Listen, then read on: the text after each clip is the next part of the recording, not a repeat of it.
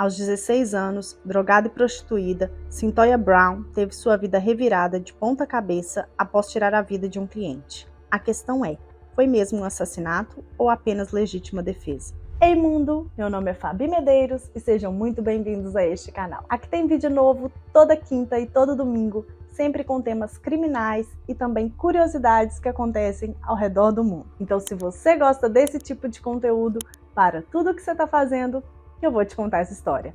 Vem!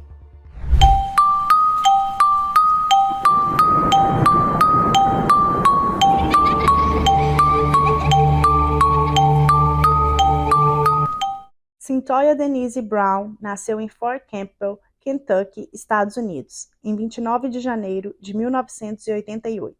Seu pai é desconhecido. Sua mãe biológica, Georgina Mitchell, tinha uma mãe abusiva e alcoólatra.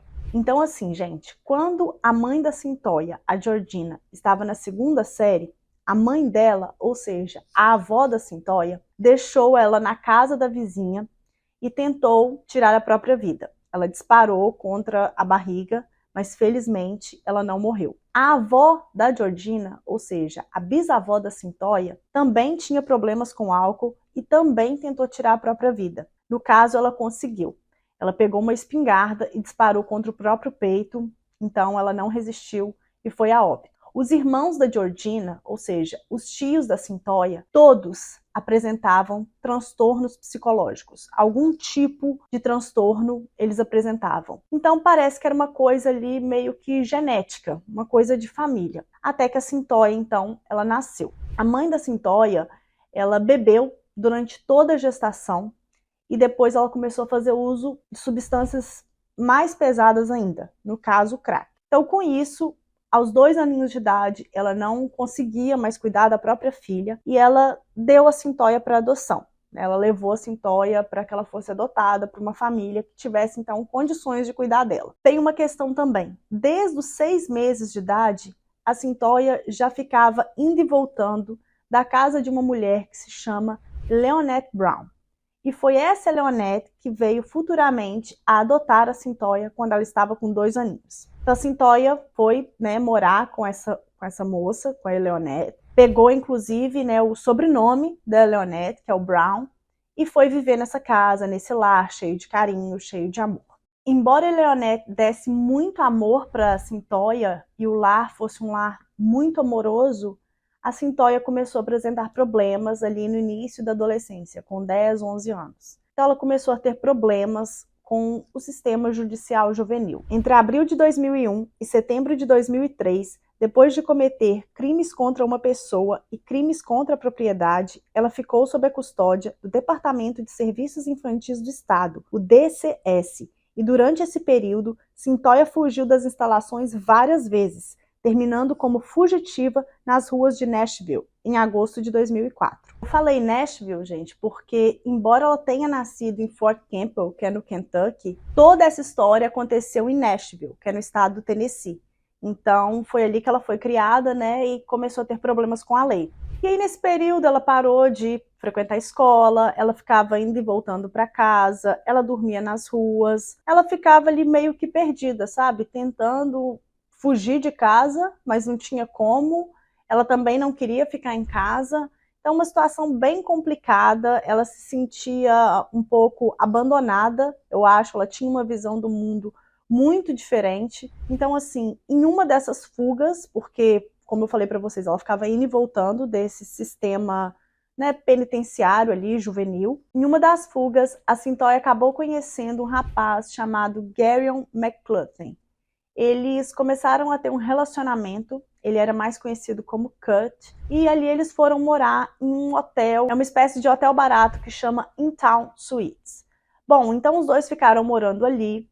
O Cut, ele era como se fosse um cafetão, essa é a verdade, porque ele pedia que a Cyntoia arrumasse trabalho, e como ela não tinha condição, de arrumar um trabalho normal, assim, que eu falo full time, porque ela tinha apenas 16 anos e também ela já não tinha mais moradia, já estava ali totalmente largada na vida, então ela acabou indo se prostituir. O Kurt não se importava com isso, na verdade, ele pedia que ela fizesse isso. E ela, eventualmente, começou a arrumar dinheiro aqui e ali, e isso começou a ser um negócio. Então, na verdade, ela estava passando por um tráfico sexual de menores nas mãos desse Kurt. Eu não consegui saber qual que era a idade dele na época dos fatos, porém, ele era uma pessoa mais velha do que ela. Bom, vivendo essa vida, né, em uma prostituição involuntária, sendo, segundo ela, espancada, ameaçada, estuprada várias vezes pelo Kurt, ela já estava, né, aquela coisa, né, gente, você não tá feliz com a vida que você tem, não tem como você tá. Ela só tinha 16 anos, já estava passando por toda essa situação. Tudo bem, ela fugiu de casa, tudo bem, você pode pensar, foi opção dela. Mas, gente, ela veio de uma família muito complicada. Ela sofreu rejeição ainda no ventre da mãe dela. Então, é até difícil de você cobrar, sabe? Mas, enfim, vivendo essa vida miserável, chega o dia, então, o fatídico dia do dia 6 de agosto de 2004, que é quando tudo vai, assim, acontecer de ruim para Cyntoia. Bom, eu vou contar para vocês a versão dela e também a versão da promotoria. Segundo a Cyntoia, ela estava, né, no hotel ali que eles moravam, ela e o Kurt, e o Kurt chegou para ela e falou assim, que ela estava vacilando, que ela já tinha tempo que não chegava com dinheiro em casa, querendo dizer que era para ela poder sair para arrumar dinheiro. E como ela era uma garota de 16 anos, ela não iria conseguir um emprego formal, ela começou então a se prostituir. Na verdade, isso já vinha acontecendo, mas já estava num processo assim, que ela ia sozinha e trazia o dinheiro para casa. Bom, ela saiu e tentou arrumar uma carona para a zona leste da cidade. E quando a juíza perguntou para ela por que a Zona Leste, ela disse que ela já sabia que aquela área era uma área que rolava, né, muita prostituição, então que seria mais fácil de arrumar alguém. Chegando lá, ela começou a andar, e quando ela estava em frente a um fast food muito conhecido nos Estados Unidos, chamado Sonic, ela então foi abordada por uma caminhonete branca, e o dono dessa caminhonete era o Michael Allen. Esse homem, ele tinha 43 anos na época dos fatos, e ele perguntou para ela se ela estava com fome, se ela queria um lanche. Ela disse que sim. Então ela entrou no carro dele, eles passaram ali no drive-in, né, desse Sonic e pediram um lanche. Ao pedirem o lanche, o Allen perguntou para ela se ela estava preparada para qualquer ação, digamos, né, para uma aventura. E ela disse que sim. A juíza, inclusive, perguntou para ela se ela entendeu o que ele estava dizendo nesse momento. E ela disse que sim. Bom, então eles pegaram um lanche e foram para a casa do Allen. A Cyntoia disse que ela sugeriu que eles fossem para um hotel, mas o Allen disse que morava sozinho, então que era melhor que eles fossem para a casa dele. Ah, um detalhe. Quando ela entrou no carro, ele também perguntou quanto que era o serviço dela. Aí ela falou 200. Ele falou 100. Ela falou, não, 100 não. Ele falou 150. Então ela concordou e eles fecharam que o valor do programa seria $150. Então foi para casa dele, ela estava lá comendo. E nesse tempo, gente, ele foi falando para ela que ele era um agente imobiliário, que ele era professor de uma escola dominical, que ele era pastor de jovens, que ele tinha acabado de criar um instituto para ajudar, né, pessoas sem teto em uma igreja batista local. Então ele foi mostrando para ela que ele, como quem diz assim, não era qualquer pessoa. Ele tinha um bom emprego, porque agente imobiliário aqui nos Estados Unidos ganha muito dinheiro. Ele tinha uma boa casa, ele tinha um bom carro, uma boa assim, condição financeira. Ele era influente na sociedade, ele tinha papéis importantes ali naquela sociedade. E além de tudo, ele contou para ela que ele já tinha ido para o exército, então que ele era um excelente atirador. Ela reparou que na casa tinha algumas armas, umas espingardas e também uma arma com um calibre, eu não sei nem falar, mas era uma coisa assim cromada, né, meio que chique. E ela foi, né, observando tudo isso e foi ficando um pouco temerosa. Ela começou a pensar que ele era tudo isso e ela não era nada, que ninguém sabia que ela estava ali, ninguém, assim que eu falo, assim, a mãe dela adotiva, ninguém sabia. Então ela foi ficando insegura, incomodada com a situação. Ela foi perdendo a vontade de realizar o programa. E aí ela perguntou para eles se eles não podiam ir para a sala de televisão assistir um pouco de televisão. Porque ela falou que dessa forma ela estaria mais próxima da porta. Seria mais fácil, assim, escapar, se fosse o caso. Então eles desceram para a televisão, ela ficou lá assistindo. E aí ela disse que estava com muito sono, se podia dormir um pouco, porque já tinha muitas noites que ela não dormia bem. Ele falou, ok. Então eles foram para o quarto, no andar de cima.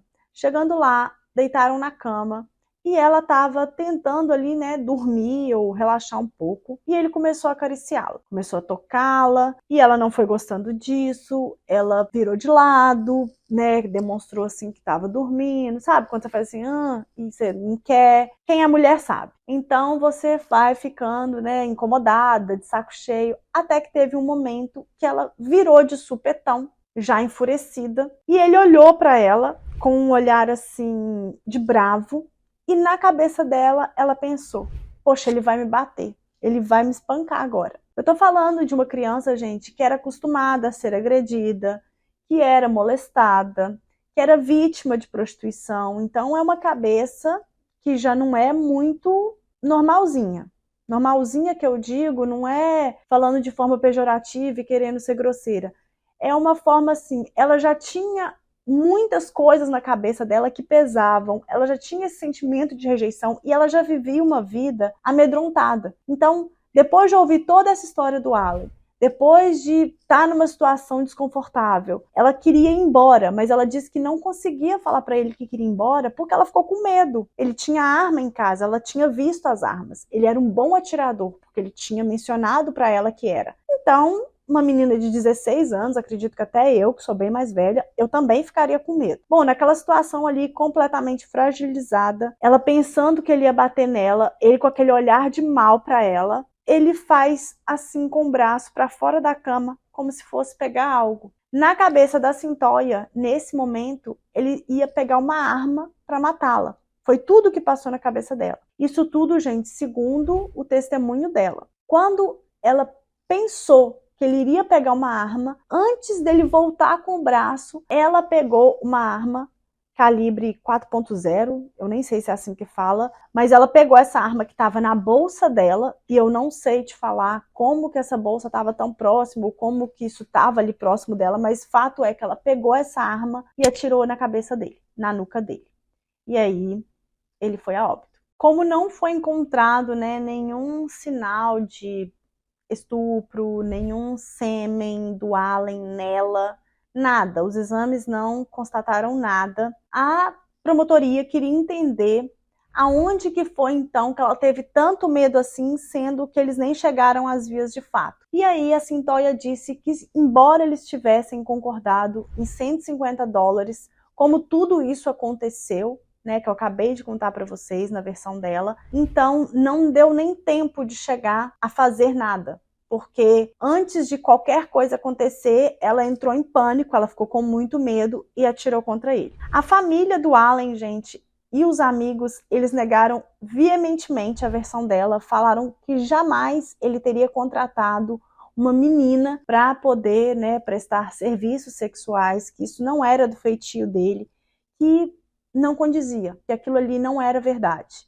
Eles foram totalmente contra o testemunho da Cyntoia e disseram que, na verdade, o Allen apenas queria ajudá-la aquela noite, fornecendo comida para ela. Mas o principal promotor do caso, Jeff Burks, ele tem uma outra versão para essa história. Segundo ele, todo o crime aconteceu premeditadamente, porque, na verdade, a Cyntoia já foi para a casa do Allen com a intenção de roubá-lo. Primeiro, ela tinha uma arma na bolsa. Arma essa que ela falou que quem deu para ela foi o Cut, o namorado / cafetão dela, para ela se proteger então, né, de alguma eventualidade. Segundo, o promotor do caso disse que não foi encontrada nenhuma arma perto do Allen, ou seja, o fato dela ter dito que ele esticou o braço para poder pegar uma arma para matá-la, que isso não seria possível, porque não existia nenhuma arma perto dele. Então, essa versão dela também foi contrariada. O promotor também disse que após o ato, né, quando ela viu que ele já tinha morrido, ela roubou $172 da carteira dele, roubou as armas que ele tinha na casa, parece que eram 2 espingardas e mais uma arma, e também saiu de lá dirigindo a caminhonete dele. Caminhonete essa que foi deixada em um estacionamento do Walmart. Depois ela saiu de lá e pediu carona para uma SUV, então esse carro deixou ela em casa. Posteriormente, a polícia encontrou tanto a Cyntoia como o Kurt nas proximidades do hotel, que era onde eles moravam. Então, nesse tipo de caso, no Tennessee, de uma adolescente com 16 anos, que é considerada a idade ali exatamente no meio certinho, aonde se define, ela pode tanto permanecer no juizado de menores, como ir para a vara criminal adulta, e ser julgada como adulta. Então, existe uma audiência chamada audiência de transferência, que é onde a juíza ela escuta as 2 partes, a promotoria e a defesa.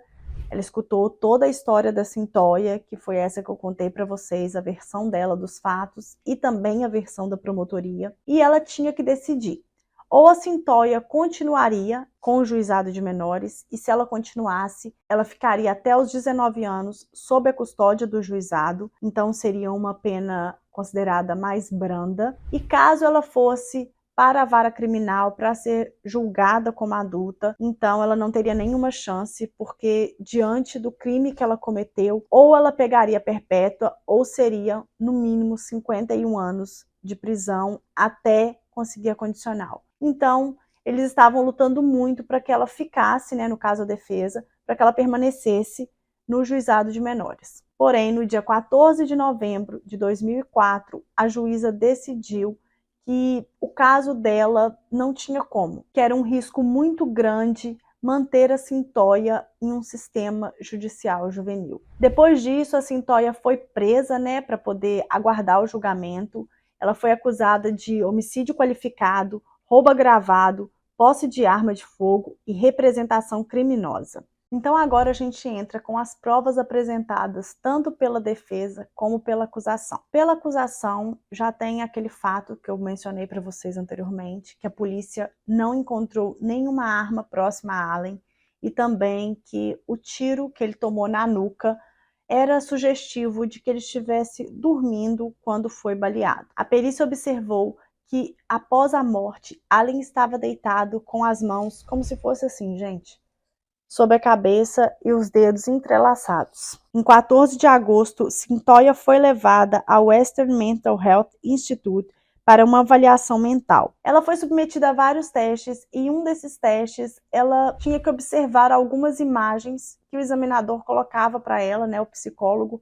Então eram imagens diferentes, gente. Cada uma era uma cena e ela tinha que narrar uma história. Mas como resultado do teste, todas as histórias narradas pela Cyntoia foram histórias violentas, negativas, estressantes, de morte, coisas bem pesadas mesmo. Então foi considerado que ela tinha um grau incomum de raiva, de emoção, de sentir emoção, que era como se fosse a visão que ela tinha do mundo mesmo. Era uma visão muito ruim, muito pesada. E que ela tinha um sério transtorno de personalidade e certamente precisava de terapia. De acordo com documentos judiciais, Brown supostamente atacou e ameaçou uma enfermeira do Instituto de Saúde Mental depois que a enfermeira não permitiu que ela ligasse para sua mãe adotiva. A enfermeira alegou que Brown pulou sobre sua mesa, agarrou seu cabelo e rosto e a atingiu, causando vários hematomas e escoriações. Durante o ataque, Cyntoia supostamente disse à enfermeira, abre aspas, eu atirei naquele homem na nuca uma vez, vadia.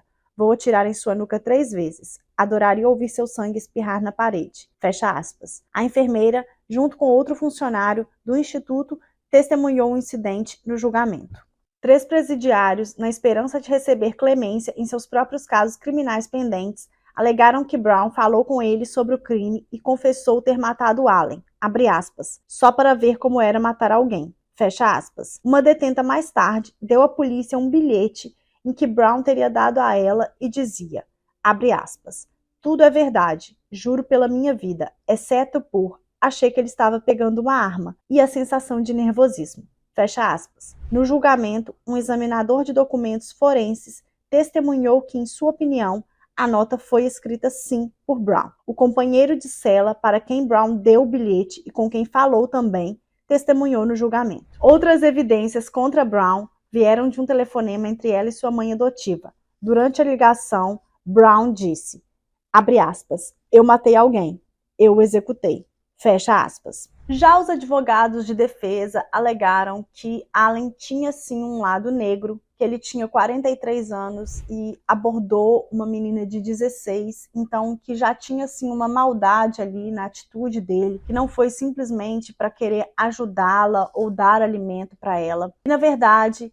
ele deitou sim na cama, nu com ela, e o modo como ele foi encontrado, que a promotoria tanto alega, né, que ela atirou pelas costas dele, a defesa fala que não, que na verdade quando atirou ele caiu para o lado e ficou nessa posição. Durante o julgamento, a defesa de Cyntoia Brown apresentou várias testemunhas que já tinham interagido com Allen, se é que vocês me entendem. Uma delas, inclusive, disse que acabou indo para a casa dele, que ele começou a beijá-la e que em algum momento ela não queria mais, ela queria ir embora. E foi aí que ele a forçou, né, abusou dela, sem o consentimento dela. E essa moça, ela testemunhou a favor da Cyntoia. Havia também uma outra testemunha, uma garota de 17 anos, que trabalhava em um restaurante, a quem o juiz não permitiu que o júri ouvisse, relatando seu depoimento de irrelevante. De acordo com esta testemunha, Allen entregou a ela seu cartão de visita e escreveu uma mensagem pessoal no verso dizendo, abre aspas, você é linda, eu adoraria sair com você algum dia, então me avise, fecha aspas. A testemunha relatou ainda que outros adolescentes que trabalhavam no restaurante se sentiam desconfortáveis em servir Allen por causa de seu comportamento de flerte, né, ali com eles. Bom, é chegado então o dia do veredito. Em todos os Estados Unidos existem leis que permitem que menores sejam julgados como adultos em casos de infrações graves, que foi o caso da Cyntoia. Bom, o Tennessee tem a maior prisão perpétua mínima para menores que são julgados como adultos. Cumpre-se 60 anos com possibilidade de condicional após 51 anos. Então, assim, é muito pesado. Aos 16 anos, Cyntoia Brown, julgada como adulta, foi considerada culpada de assassinato em primeiro grau, homicídio qualificado e roubo agravado, condenada à prisão perpétua com direito ao condicional após 51 anos. Ou seja, somente aos 67 anos que ela teria direito a recorrer a uma condicional. Cyntoia Brown cumpriu sua pena em uma prisão de segurança máxima em Nashville, Tennessee. Na prisão, Brown obteve seu diploma de associada em artes liberais em dezembro de 2015 e um bacharel em estudos profissionais em liderança organizacional em maio de 2019 da Universidade de Lipscomb. Ela foi reverenciada como prisioneira modelo em depoimento apresentado em sua audiência de clemência perante o Conselho de Liberdade Condicional do Tennessee.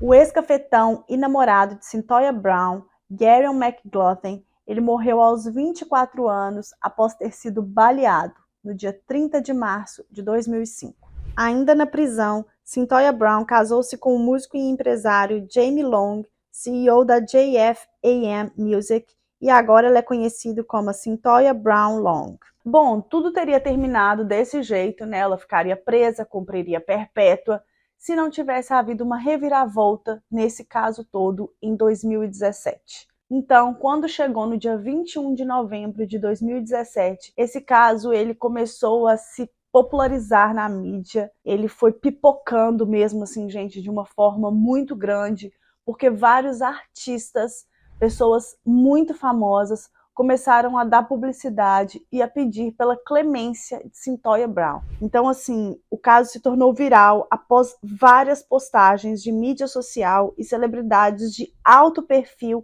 expressando indignação com a sentença de Cyntoia Brown. Então, essas celebridades incluíam Rihanna, Kim Kardashian, Snoop Dogg, LeBron James, entre outros. Então, em março de 2018, o estado do Tennessee ele anunciou que iria sim ter uma audiência sobre a petição de clemência da Cyntoia Brown. Ou seja, iria existir, né, uma audiência para decidir se ela poderia ter direito à clemência ou não. E nessa nessa audiência ali, que eles iriam ser acordados, as pessoas iriam falar, mas tudo isso quem decide é o governador. Então, nesse caso, gente, eu vou aqui contar as pessoas que ficaram a favor da clemência da Cyntoia e também muitas pessoas que ficaram contra, que achavam aquilo tudo um absurdo, que ela, assim, de fato matou um homem e não era vítima do sistema. Porque o que essas celebridades, o que essas pessoas todas estavam alegando? Que, na verdade, a Cyntoia era uma garota e naquela época, em 2004, ela foi julgada, né, como uma assassina por matar um homem, mas que em 2017 o caso já era visto completamente diferente. Ao invés de uma assassina, ela passou a ser vista como vítima, né, de abusos e de prostituição infantil, então que ela, na verdade, não tinha que pagar por esse crime. E a perpétua era algo muito pesado para uma menina de 16 anos que tinha uma vida inteira pela frente. Então eles estavam alegando que ela, como se diz assim, ela não teve chance, nem mesmo antes de nascer, nem depois que nasceu, e logo, né, foi presa aos 16 anos, então que ela realmente não teve direito a ter uma vida digna. A Cyntoia, como ela passou por muitos problemas desde a infância, e também, né, a mãe bebeu bastante durante a gestação, foi então detectado que ela desenvolveu o que eles chamam de transtorno do espectro alcoólico fetal, ou seja, ela tinha sim uma mente diferente das outras pessoas, ela tinha uma ansiedade, ela tinha toda uma questão por conta da mãe ter consumido muito álcool durante a gestação. Então, assim, que ela merecia uma segunda chance. Várias pessoas, muitas pessoas mesmo, pediram pela clemência da Cyntoia. Foi uma audiência grande, assim. Para ser sincero, gente, 2% das pessoas, das pessoas que passam por isso no Tennessee, conseguem essa audiência de clemência. Então, aquilo ali já era um fato muito grande. A Cyntoia já estava muito agradecida só deles estarem ouvindo ela. Então, ela escreveu uma carta gigantesca para o governador, explicando toda a questão dela, assim, foi passo a passo, não sei quantas páginas, para poder tentar fazer com que o governador desse a clemência a ela, porque só ele pode fazer isso. Bom, a audiência pública foi realizada em 28 de maio de 2018 na prisão feminina do Tennessee, aonde a Cyntoia cumpria a pena. Nessa audiência, várias testemunhas que conheciam Brown da prisão testemunharam em seu nome, incluindo o corpo docente da Universidade de Lipscomb, seu ex-promotor, Preston Shipp. Esse promotor, gente, para vocês terem uma ideia, na primeira audiência, ele fez de tudo para que a Cyntoia fosse, então, presa, mas depois de passar tanto tempo, ele, né, conseguiu rever todo o caso e entender o que estava acontecendo com a menina Cyntoia.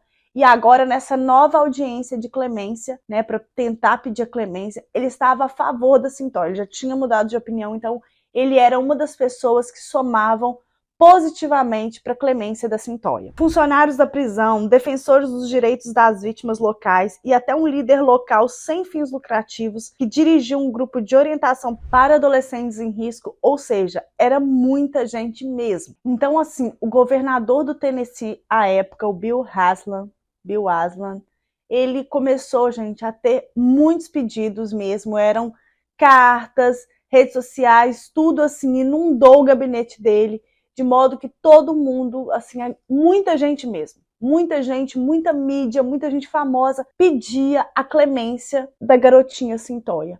Na verdade, ela já estava completando quase 15 anos, né? Ela já tinha 14 anos e meio de detenção. Então, essa clemência seria algo muito favorável para ela, porque até então ela iria ser elegível apenas aos 51 anos para poder pedir a condicional.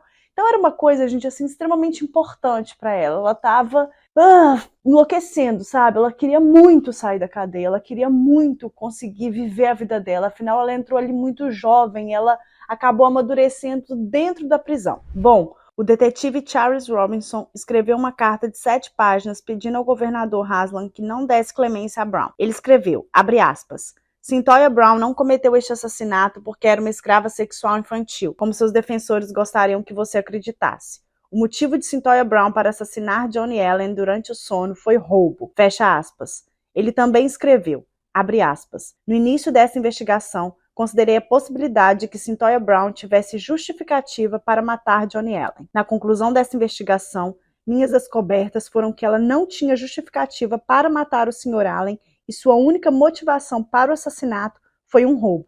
Fecha aspas. O principal detetive do caso também escreveu uma carta ao governador Haslam pedindo que não desse clemência a Cyntoia. Ele reforçou, aquela história do Walmart, onde ela deixou a caminhonete, e disse que um vizinho mencionou, na verdade esse vizinho contou para ele que a Cyntoia falou, se ele não podia levá-la de volta para a casa do Allen, porque ela queria roubar mais itens, mas que o vizinho se recusou. Ele também contou ao detetive que Brown disse a ele que ela, abre aspas, atirou na cabeça de alguém ontem à noite e estourou seus miolos por $50 mil e algumas armas. Fecha aspas.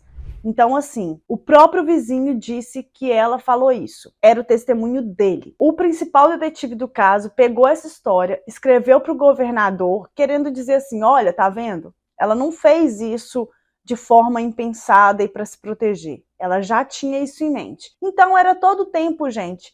Algumas pessoas, obviamente, o lado da Cyntoia, querendo provar que ela merecia essa clemência. E o promotor, o detetive do caso, muitas pessoas também não queriam que ela recebesse essa clemência de jeito nenhum. Achavam aquilo um absurdo. Principalmente a família do Allen, eles não achavam certo ela receber a clemência porque o Allen era visto como uma pessoa muito importante, que fazia muita falta e que ele jamais seria capaz de matar uma pessoa. Então que sim, que de fato ela precisava continuar presa. O detetive afirmou ainda que Brown disse ao vizinho que o assassinato foi um roubo daqueles e que ela estava esperando por uma oportunidade dessas a semana toda. De acordo com o detetive, depois que o vizinho contou a seu colega de quarto sobre o incidente, Cyntoia ligou para ele e o ameaçou, dizendo, abre aspas, é melhor você parar de falar mal dos meus negócios, ou eu vou te pegar também, fecha aspas. Então, em 7 de agosto de 2019, Cyntoia Brown foi libertada da prisão. Haslam disse que sua decisão veio após uma consideração cuidadosa do que é um caso trágico e complexo, e afirmou ainda que impor uma sentença de prisão perpétua a uma jovem que exigiria que ela cumprisse pelo menos 51 anos antes mesmo de ser elegível para consideração de liberdade condicional é muito duro. Desde sua libertação da prisão, então assim, ela foi solta, a Cyntoia ela começou a realizar várias, não só entrevistas, mas também palestras, oratórias, contando sua história dentro do sistema prisional criminal, contando como é ser vítima de tráfico sexual. Então, assim, ela foi ficando muito famosa e sempre referenciada como advogada e ativista. Um livro de memórias dos 15 anos de prisão de Brown, intitulado Free Cyntoia, My Search for Redemption in the American Prison System, foi publicado em 15 de outubro de 2019. Além de seu próprio trabalho falando sobre suas experiências, a jornada de vida de Cyntoia Brown tem sido de interesse de notáveis gigantes da mídia. Um documentário intitulado Murder to Mercy, The Cyntoia Brown Story, foi lançado na Netflix em 29 de abril de 2020, e é onde eu me baseei para contar essa história para vocês. Eu procurei muito, também em outros arquivos, mas a principal fonte foi esse documentário da Netflix, que Murder to Mercy significa, na verdade, assassinato por misericórdia, em tradução livre. Super recomendo, é um documentário assim, extremamente completo, com várias cenas. Mostra ela lá novinha, com 16 anos, até a época que ela saiu da cadeia. Tem entrevista com a mãe biológica, com a mãe adotiva. Então, assim, é muito completo. Indico vocês assistirem, que é uma história interessantíssima. Cyntoia e seu marido fundaram uma organização sem fins lucrativos após sua libertação. A Fundação para a Justiça, Liberdade e Misericórdia opera sob o nome de JFAM Foundation e é uma organização que visa capacitar indivíduos que estão em risco de exploração ou envolvimento do sistema de justiça criminal. E com tudo isso, então, a Cyntoia hoje ela vive livre, ela é casada, ela escreveu livros, tem esse documentário, é uma história bem completa. Ela é muito famosa hoje em dia por conta de tudo que ela passou. Então, quem quiser, conhecer a história dela mais de perto e ter a possibilidade de ver as cenas e ver ela pedindo clemência e tudo mais, é só conferir a série no Netflix, que tá muito top. Bom, esse foi o caso de hoje, eu espero que vocês tenham gostado. Se você gostou, por favor, deixa seu like, se inscreva aqui nesse canal, que é de extrema importância. Tem vídeo novo, gente, toda semana, então não percam. Fiquem com os shorts, comentem muito aqui embaixo para engajar, redes sociais para quem quiser me seguir por lá, e a gente se vê então num próximo vídeo.